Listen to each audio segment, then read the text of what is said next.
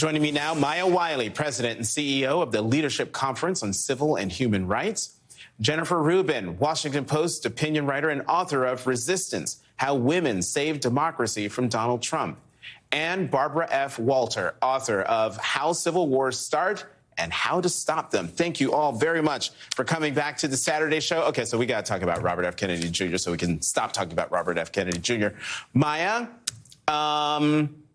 what impact is this going to have on the 2024 race?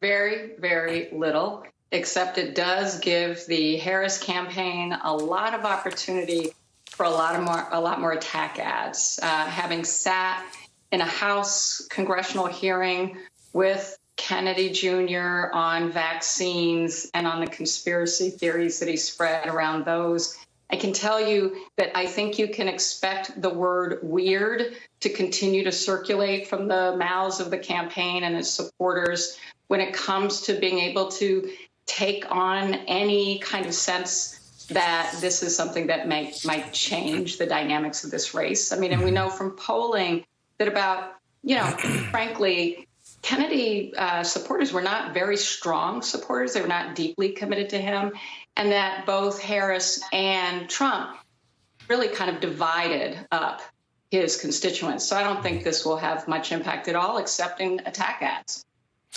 Jennifer, speaking of polls, so this is an average of national polls. I'm going to put this up here on the screen. You can see there. Before Vice President Harris took over the top of the ticket, with Kennedy in the race, Trump was leading President Biden. Now with Vice President Harris at the top of the ticket, she's leading Trump with Kennedy in the race, and with him out of the race, it's just a two-way race. She gets a bump up. What do you make of this? Well, I think the more people know about Bobby Kennedy, the more people who are sane will not want to vote for him. I think he is a perfect match for Donald Trump. And in fact, if I were J.D. Vance, I would stick by the phone, because he might be just the kind of guy that Trump would pull in as an October surprise. Oh my God. He is freakish in every sense of the word, whether it's picking up bear roadkill or eating a barbecued dog. But much more seriously, he's a nut. He is a conspiracy nut. He's a racist. He has come up with all of these cockamamie theories of persecution. In that sense, he's very much a Trump rather than a Kennedy. And I have to say, it's a very sad denouement to the Kennedy legacy. And I think his family is justifiably very embarrassed and really ashamed of him.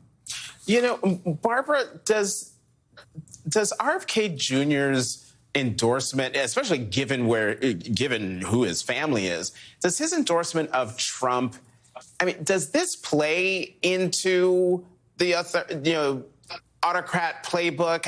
I'm trying to understand why Donald Trump so desperately wants RFK Jr.'s support. I think Trump wants to win, and anybody who could give him votes is somebody he's going to embrace. And RFK, I think, in addition to being weird, is also opportunistic. He contacted the Harris administration to see if there was a place for him in their administration. Yeah. He's clearly hoping that he can get something if Trump wins. He's a really interesting character. The Harris administration wants nothing to do with him. And if we talk about voters, it's because most of the left-leaning voters who were likely to vote for Kennedy have already gravitated over to Harris. Mm-hmm. So the ones that are left are either people who aren't going to vote because they truly are independents, or they're already Trump-leaning, and that's where they're going to go. He's off the ballot everywhere except, interestingly enough, Michigan and North Carolina.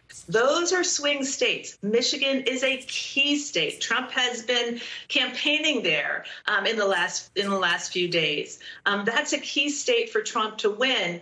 And actually having Kennedy on the ballot in Michigan probably hurts Trump. Kennedy is a really weird guy. If he really wants to help Trump, I'm not sure this is the best way to do it. Mm-hmm. Barbara, let me stick with you, since you mentioned that Trump's been campaigning in Michigan.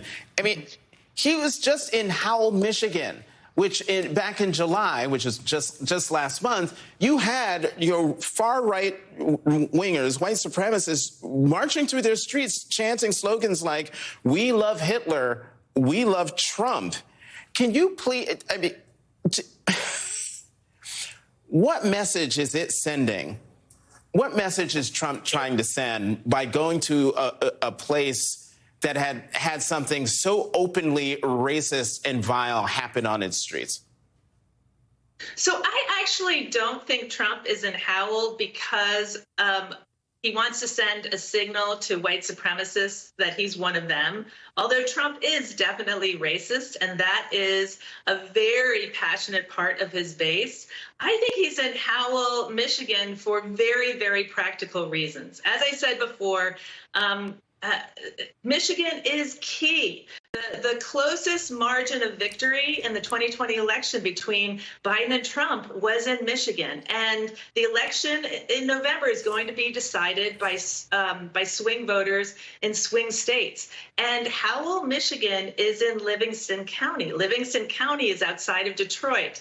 It is the classic suburb with the swing voters that Trump needs to win. So, and he's in Howell because it's the biggest city in Livingston County. So I think there are two stories here. One is, yes, this plays into the story that Donald Trump wants to tell his base, that he is one of them.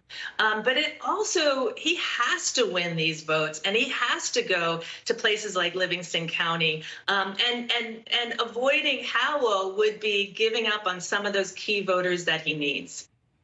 All right, we're going to have more with Maya, Jennifer, and Barbara, my political panel, after the break. And later, hey, I wanted to do it like that 90s song. Hey, Mr. DJ. You know that song, Jennifer? Yep. Anyway, a raucous celebration at the DNC.